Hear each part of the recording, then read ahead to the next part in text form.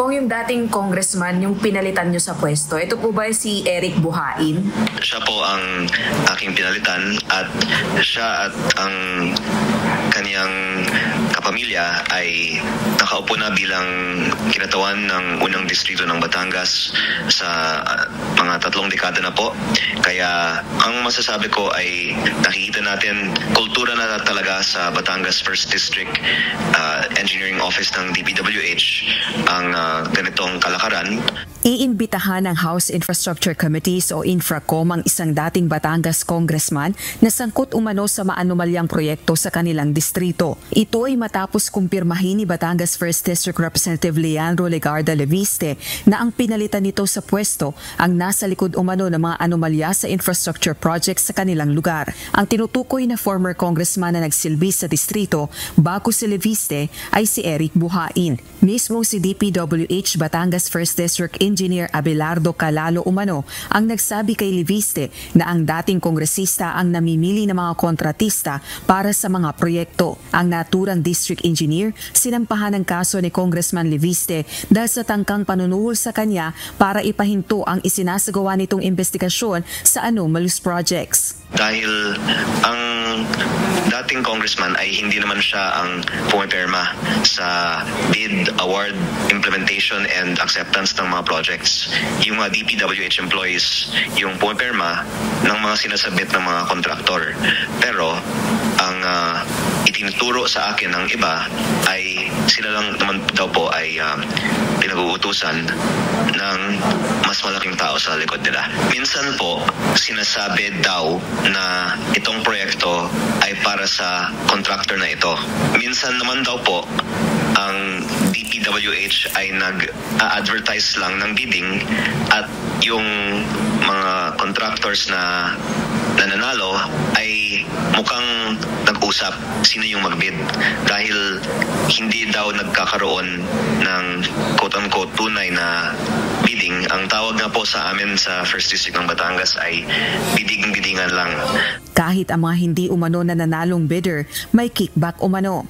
Dahil pag makita natin yung approved budget ng mga project, hindi naman po siya malaking binababa from the approved budget. Sinasagad talaga as close as possible to the ceiling price.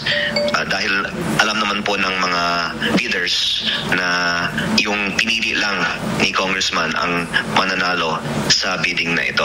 We'd like to get more information from Congressman Leviste and syempre from the district engineer involved, and most definitely we can invite former Congressman Eric Buhain to shed light kasi syempre mahirap naman ho na si Congressman Leviste lang po yung nagsasalita dito at hindi po mapagbigyan ng pagkakataon si former Congressman Buhain na idepensa naman din po ang kanyang sarili. Hindi naman sumasagot sa tawag at messages si dating Congressman Buhain kaugnay ng aligasyon laban sa kanya. Sa September 2 na nakatakda ang unang pagdinig ng Infracom laban sa mga maanumalyang proyektong infrastruktura ng pamahalaan, kabilang na ang mga para sa kontrabaha.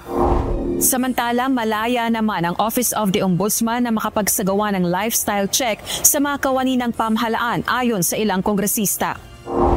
Sa gitna ito ng mga aligasyon ng anomalya sa flood control projects ng gobyerno. Kahapon, ipinag-utos ni Pangulong Ferdinand Marcos Jr. ang lifestyle check sa lahat ng government officials, pangunahin na sa Department of Public Works and Highways o DPWH. Payag naman ng ilang kongresista na sumailalim sa lifestyle check.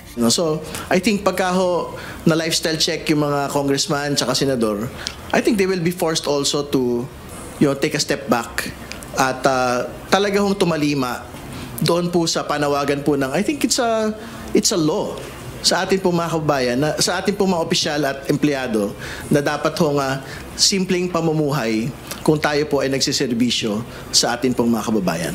Lahat na talagang magkaroon ng lifestyle check, no? I'm in favor of what the President has said. Gayunman, ayon sa isang makabayan lawmaker, kailangang mauna sa lifestyle check si PBBM sa gitnaan niya ito ng matagal ng ill-gotten wealth cases na kinakaharap ng pamilyang Marcos. So again, ang hamon natin kay Pangulong Marcos ay pangunahan niya ang lifestyle checks sa sarili niya at sa kanyang pamilya.